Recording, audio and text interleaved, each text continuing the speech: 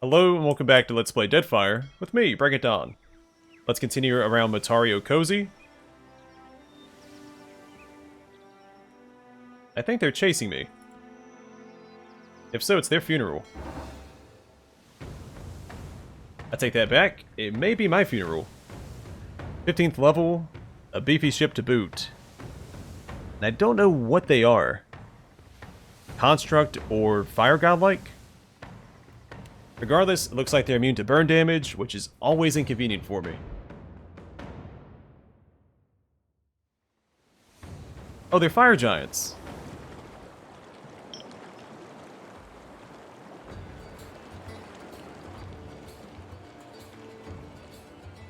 And it looks like they're susceptible to pierce and cold damage.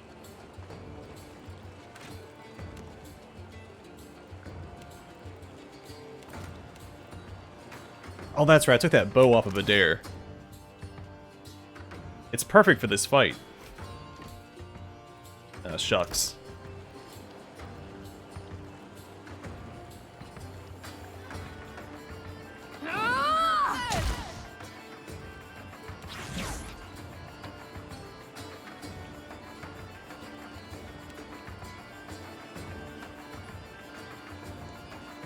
So it looks like the giants themselves break line of sight because they're so large. It's a cool detail. Inconvenient, but cool. That would be a no.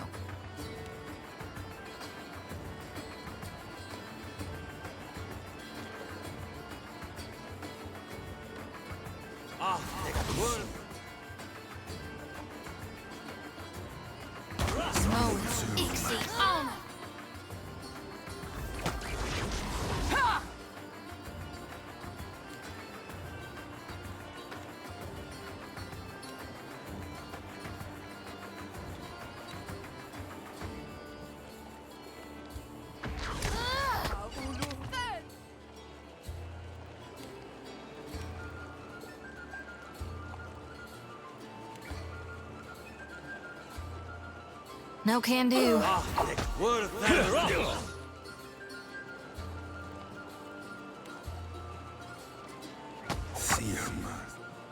I keep wiggling around and breaking my line of sight.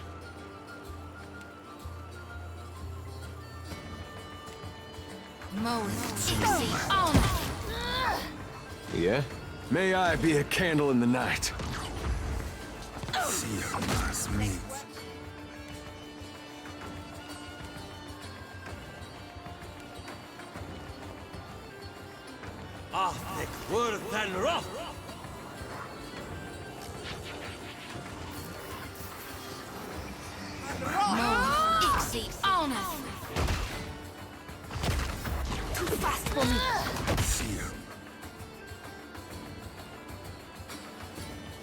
Take him down. Watch your fire. Hey, kiddo, whack him any Okay, harder. that was much easier than I expected.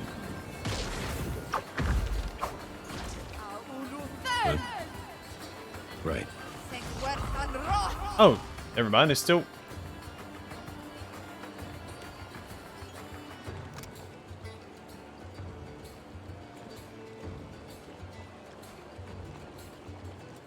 So I'm fairly certain Pull of Eora was the only spell active there.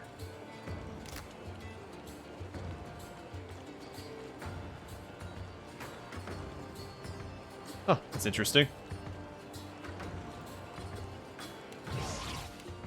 This is futile.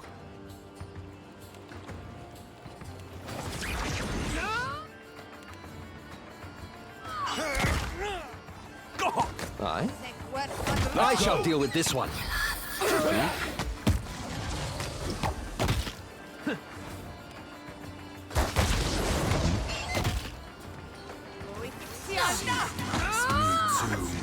Well, I stand by what I said. Still far easier than I expected. And Worthless Idiot gained a rank. Fantastic.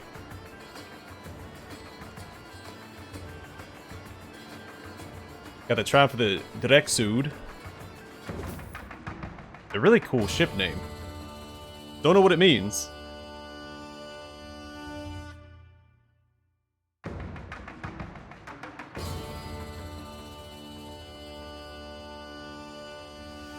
I'll check out the shipwreck while we're here. Waves batter a splintered hull that doggedly refuses to sink. Whoever abandoned this may have left something behind. You come upon an abandoned sloop run aground on the beach. The nearby coral and volcanic rocks may have smashed its hull to kindling. There might still be something salvageable in the hold. Sift through the wreckage. You take some time to explore the wreckage, and find nothing of value. Continue searching the ship. Continue poking about the wreck, and find nothing of value. Continue searching. Continue poking, and find a box full of rations that haven't yet spoiled. You've searched the ship top to bottom. There's nothing of value left. That's very disappointing.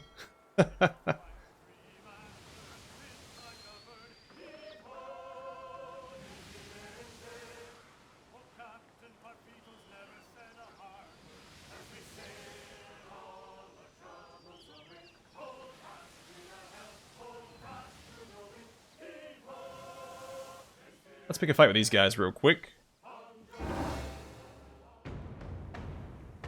What happened?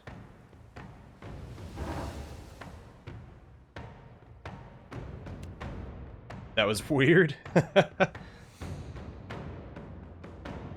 teleported the ship away from me. This is a great opportunity to grind out some more kills with Modweir.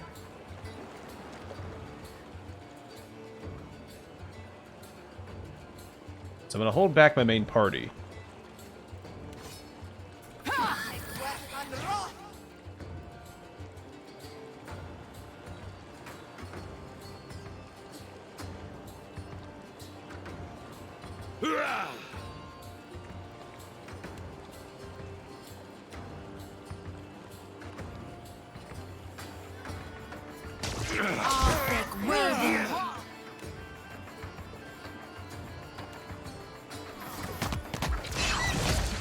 What can I do you for?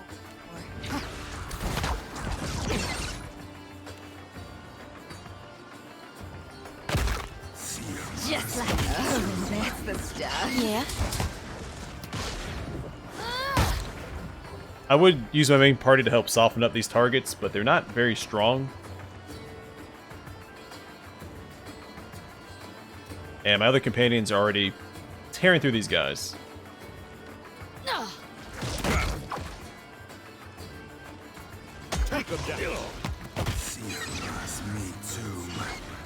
Happy to.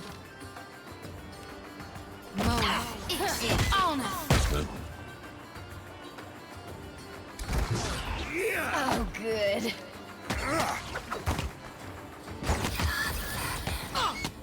Yes.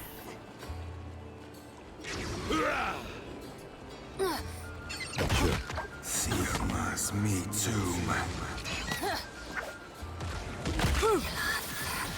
Sure. Aw, man, I was trying to save up my attack until he was weak enough, and then Shiza came in and finished him off anyway.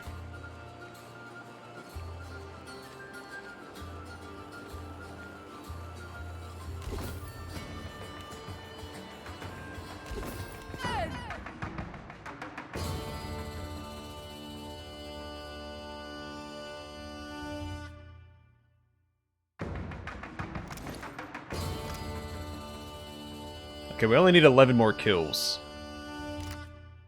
Making decent progress. Let's go down here and deal with the Hungry Shoals real quick. Then we'll head west towards Fort Deadlight.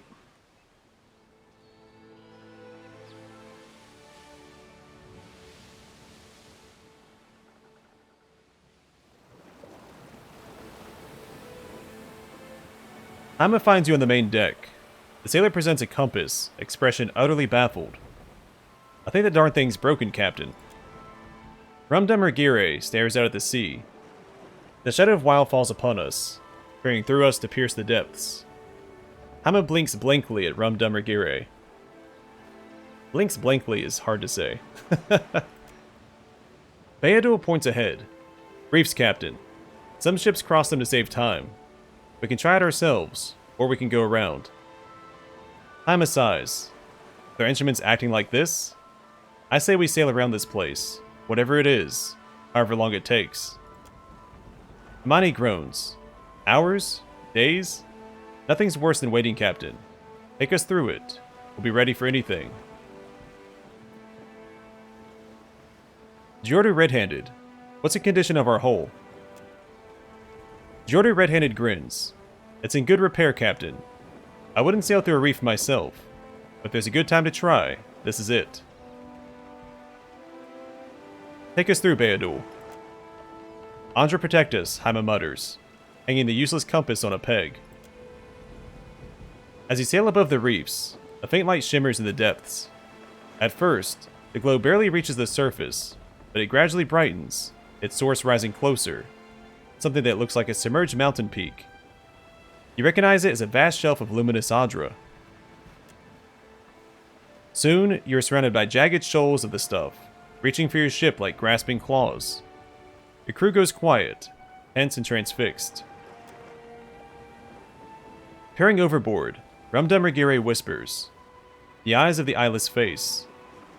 Just below the surface, and surrounding your ship, you glimpse a host of eyes watching you. As they flicker, however, the eyes resolve into thousands of fish, the silver and blue flanks marked with black spots like pupils. Say nothing. The shoals crowd and close around you, as Beadul labors mightily to keep the ship between them. But a snag catches at the hole. Beadul cries out as the wheel wrenches free from the sailor's hands. Haima grabs the wheel, guiding the ship towards deeper waters.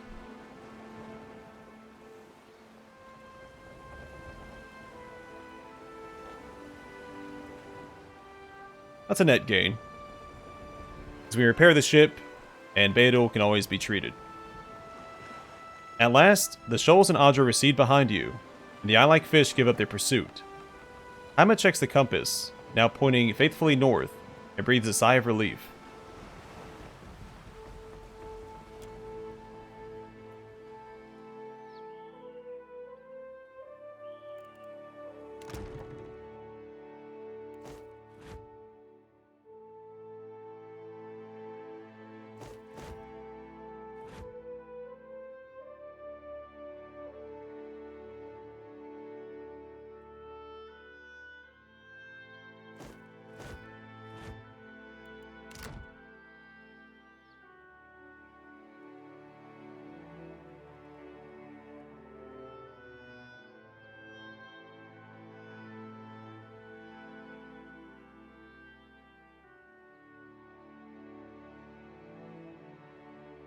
Alright, Sun Island up this way. I will do some island hopping on our way towards Fort Deadlight.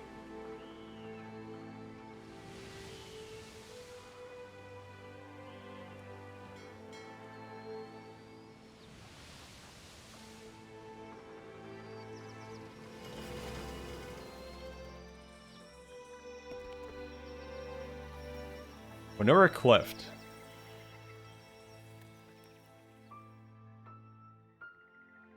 The jungle grows increasingly dense as you travel east.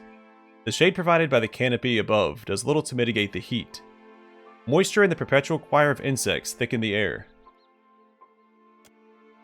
The path rises to a sharp incline, and your legs ache as you ascend.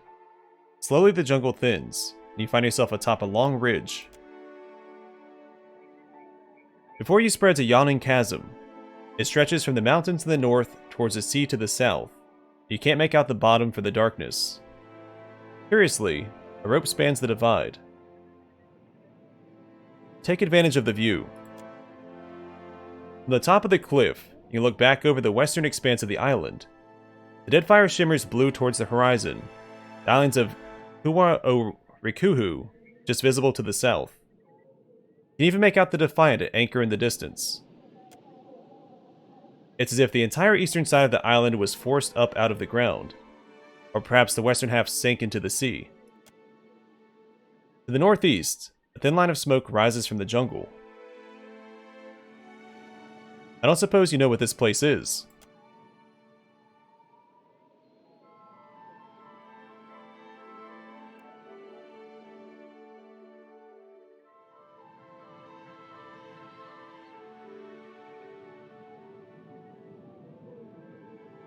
I don't know what the check is supposed to be. Sure, it's a good place to test a rope.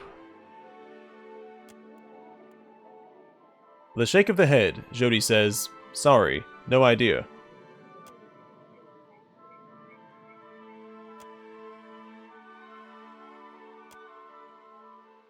Okay. Examine the rope.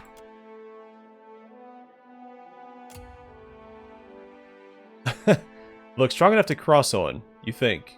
Why was that a history check? The divide is vast. The crossing will be strenuous and a fall fatal. Search the surrounding area.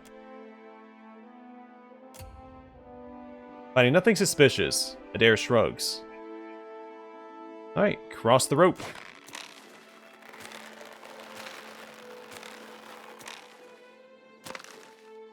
The rope creaks as you grab hold and shimmy out onto it.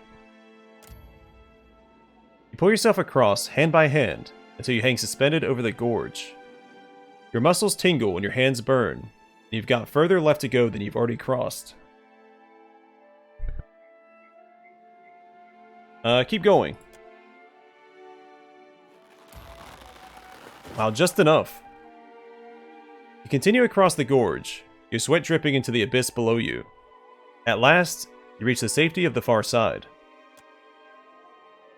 Beyond the canyon, the jungle opens up into a broad field interspersed with huge, fruit-dotted trees. The jungle continues towards the mountains to the north, but to the southeast the Deadfire is visible above a sharp decline towards the shore. What draws your eyes, however, is the sight that rises before you. One of the trees, blackened and blistered by flame, hosts a number of Moa-sized corpses suspended by the neck. You see that, right, Watcher? I'm not caught in another nightmare, am I? Jody's eyes track from corpse to corpse, and a wind steals across her face. Hey, I'm not dreaming this, right? Look, if I wanted to see this kind of thing, I'd have stayed home. Adair, his mouth firm, diverts his attention to the ground nearby. Nearby movement and voices grab your attention. You see, of all people, 4 members of your crew standing around the base of the tree. We should bury them. It's what they'd want, what the gods demand, Imani growls. Sure, Haima answers. Right after we finish going through their pockets. They don't have pockets, Shield Sister Dahlia says, strictly speaking. Chatupek frowns up at the tree. Is anyone else worried about who did this? It clearly wasn't Beast or Kith. You're suggesting an ogre wouldn't hang a bunch of corpses, Haima asks. Because these look like ogre prints to me. Eyes wide, Imani snaps to attention. Captain. What are you doing out here? Haima coughs. We're out gathering supplies for the Defiant Captain, just as we always do when we're docked. The hand points at the tree, and this seemed worth investigating. If they always do that when we dock, why do I never have extra supplies when I return to the ship? How do you even get out here? Shield Sister Dahlia looks slightly flummoxed by the question. We're sailors, Captain. Climbing is part of the job. Besides, Haima chimes in. There was a rope. The line over the gorge wasn't yours then? No, Captain. Chupek answers with a shake of the head. I doubt any of us even own rope that doesn't belong to the Defiant. I own a rope, Haima grumbles. It's 8 feet long, and in fine condition, thank you. Find anything interesting? Arms crossed, Haima frowns at the ground. Not yet. We haven't been here long enough to take a good look around. That's not entirely true, Chatupek says. Look at the wounds on these folk, and the rope used to string them up. It all suggests raiders from the Eastern Reach. Haima sighs. There you go again, showing off for the captain.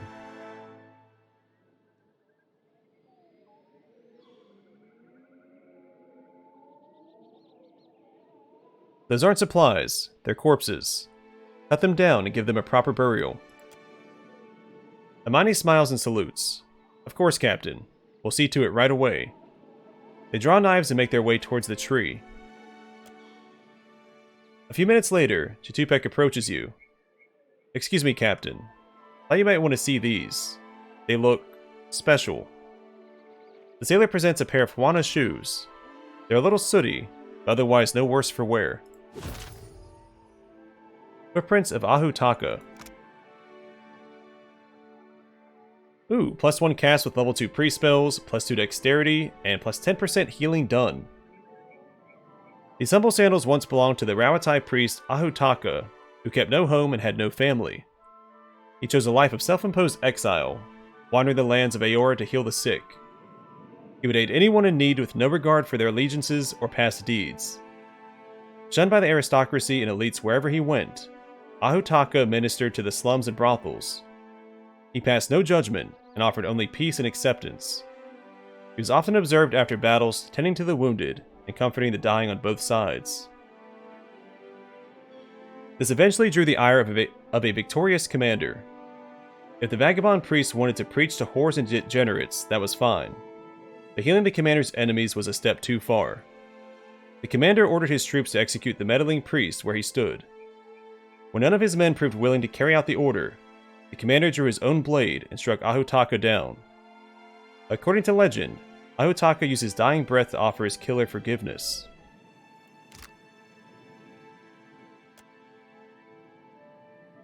You move towards the tree. Vultures perched among its branches peer down at you like judges presiding over a court.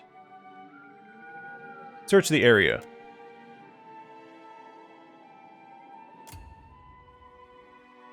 Wow, we failed.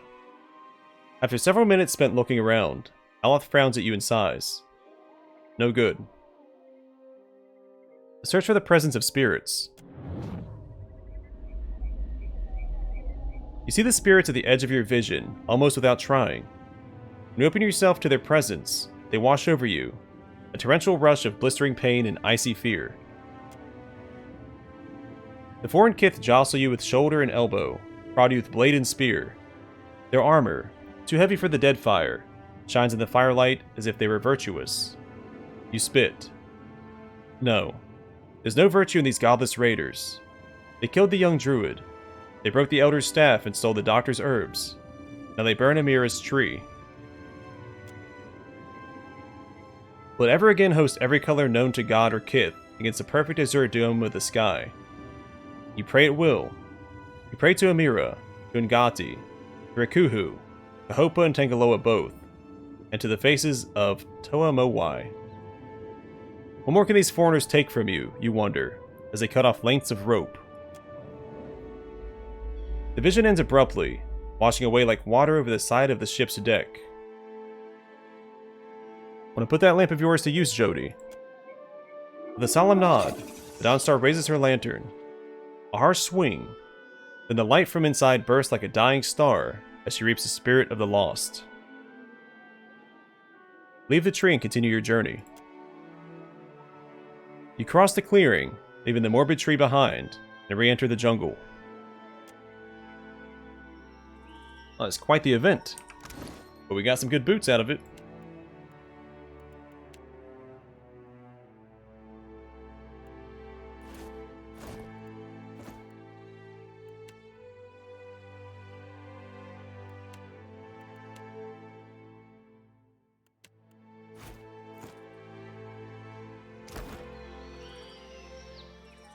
Alright, to the abandoned village. Between failed settlements and discarded Juana villages, the Deadfire Islands are spotted with promising ruins. Same description every time. Up to you all the way around? Okay. Alright, to the isolated beach first. This should just be a bounty fight. And then we can do the collapsed coal mine next time.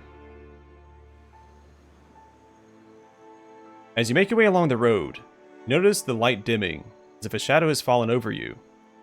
You glance around, unsure of where it's coming from. The air feels thick, pregnant with unseen energy. The road ahead looks clear, but you've been deceived by appearances before. I don't detect anything resembling conventional Kith magic. I would advise caution. Aloth flutters his fingers over his grimoire, eyes scanning your surroundings. Religion, Arcana, and Perception. Investigate your surroundings.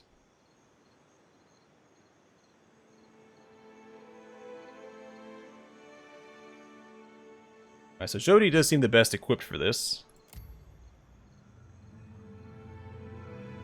A large stone stands just off the road. Your head swims as you approach it. Behind it, you locate an unusual collection of bones and sticks.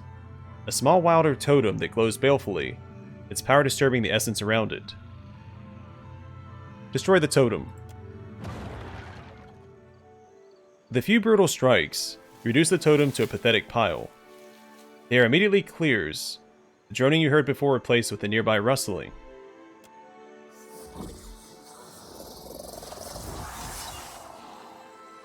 The large Naga slithers forward, hissing, its tongue flickering between long fangs, a talon-tipped finger extended toward you.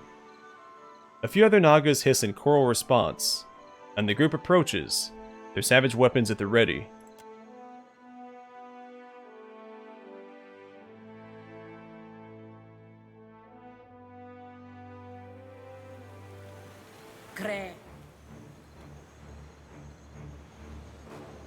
Okay, so the 0 burn resist that or armor rating that one group had is not inherent to all Naga.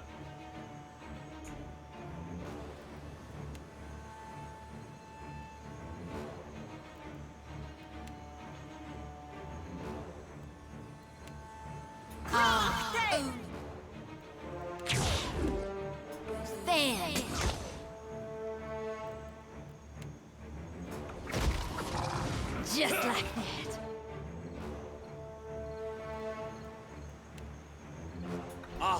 Let's go.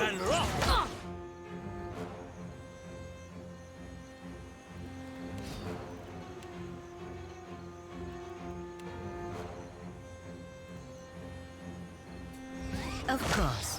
Cleft, I feel like Hey, that was...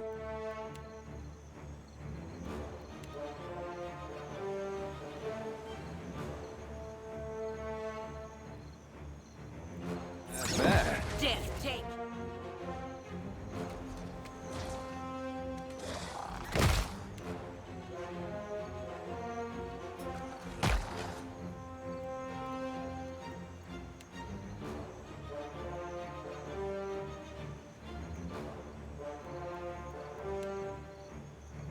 Take him down. All things worthy.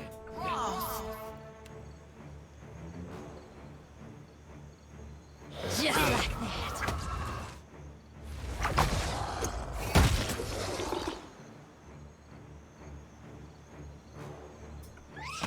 Alright, Come now, step into the light. it was wrapped up. Fantastic.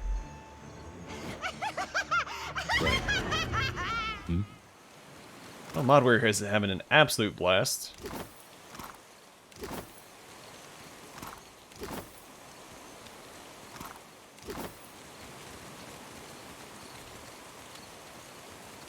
Let's take a quick look around and continue on our way.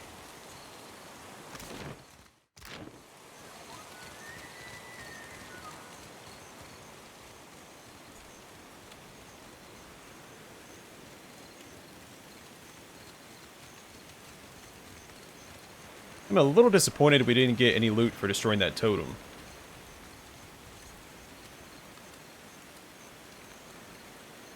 I'm assuming if we didn't destroy it, we would have been attacked by the Naga, and then had to deal with one of those obelisk things that show up every now and then. They have like a debuff and an AoE around them. So it was the right call.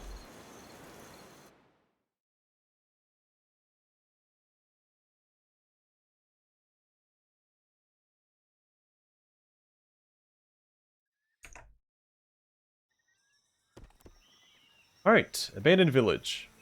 And they do all have the same description. I'm going to read them all anyway, just in case there's any small details. The colonial outpost before you is as silent as a crypt. Though its buildings appear to be in fine repair, you don't see a single living soul among them. In the town square you find a sign posted beside the remains of charred bodies. It warns of disease. Search the location. You take some time to search the abandoned village. Find a small trinket hiding among the refuse. Boots of the White. Keep searching. Continue looking around the village for anything you could use. And find a small trinket hiding among the refuse. Keep searching. And find what food hasn't yet perished.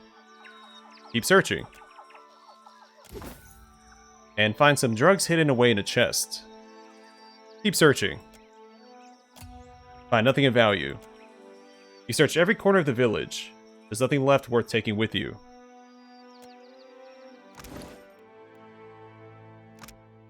Alright, but we got Boots of the White, +2 freeze armor rating, +1 resolve, resistance to dexterity afflictions. That's really good.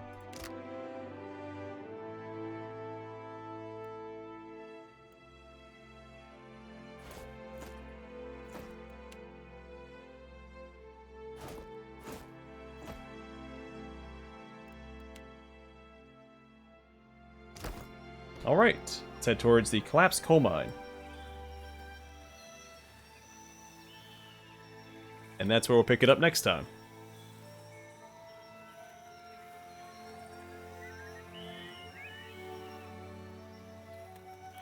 So I was wrong about this being a bounty, of course. It's only a bounty if it has the name of the bounty target there.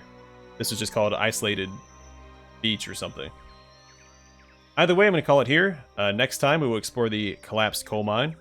But for now, thanks for watching. I'll see you guys in the next one.